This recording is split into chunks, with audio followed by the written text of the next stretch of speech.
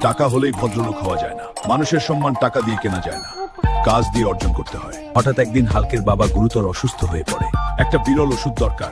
আমি আবারও জীবন বাজি রাখব। একটা বিরল ওষুধ দরকার, সেটা শুধু আগ্নেয়দ্বীপের লাল শক্তি দিয়ে তৈরি হয়। আমি আবারও জীবন বাজি রাখবো লাল শক্তি পাথর নিয়ে। লাল শক্তি পাথর নিয়ে আসবো। সমুদ্র পেরিয়ে আগ্নেয়দ্বীপে পৌঁছায় হাল্ক। এইবার শুধু প্রতিশোধ না, বাবার জীবন বাঁচানোর লড়াই। লাল শক্তি পাথর নিতে হলে আমাকে হারাতে হবে।